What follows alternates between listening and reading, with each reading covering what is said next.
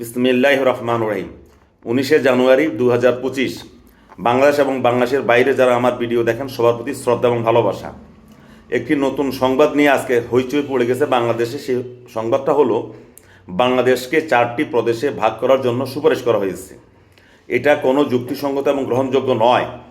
আজকে হয়তো বাংলাদেশকে 4টি প্রদেশে ভাগ করা হয়েছে, কিছুদিন পরে দেখা যাবে যে বৃহত্তর ফরিদপুর, বৃহত্তর সিলেট, বৃহত্তর বরিশাল, বৃহত্তর রংপুর, বৃহত্তর দিনাজপুর, বৃহত্তর কুমিল্লা, এইভাবে বিভিন্ন জায়গা থেকে বৃহত্তর বৃহত্তর বলে দাবি তোলা হবে।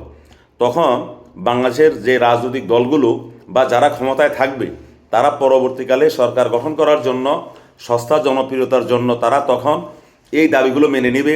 বৃহত্তর ফরিদপুর, বৃহত্তর বরিশাল, বৃহত্তর নোয়াখালী, বৃহত্তর চট্টগ্রাম, বৃহত্তর কুমিল্লা, এগুলোকে পর্যায়ক্রমে আরও অধিক সংখ্যক বিভাগ ঘোষণা করতে তখন সরকার বাধ্য হবে।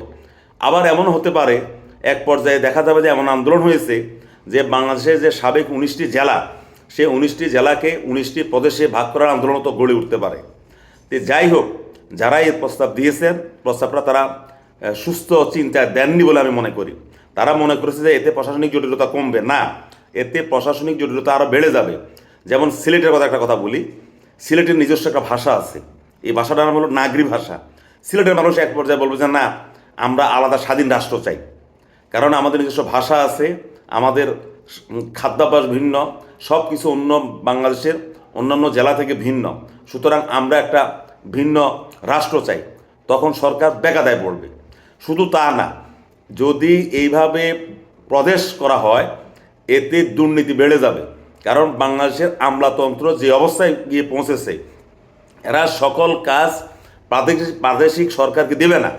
দেখা যাবে যে একটা ফাইল সই করার জন্য 3টা সই কেন্দ্রীয় সরকারের কাছে রাখবে, 5টা সই প্রাদেশিক সরকারের কাছে রাখবে। প্রদেশ থেকে যখন একটা ফাইল শেষ হয়ে আসবে তখন এটা যাবে কেন্দ্রীয় সরকারের কাছে, তখন আবার সেখানে আবার দুর্নীতির একটা মহোৎসব চলবে। আমাদের মতন দেশে আমি মনে করি এই যে 4টি প্রদেশের যে প্রস্তাবটা দিয়েছেন, যদিও তারা চিন্তা চেতনা থেকে দিয়েছেন যে ক্ষমতার বিকেন্দ্রীকরণের জন্য, না ভাই, এই জিনিসটা বাংলাদেশের জন্য এখনও উপযুক্ত হয়নি। আমরা এখনও বাংলাদেশকে ওই পর্যায়ে নিয়ে যাইনি।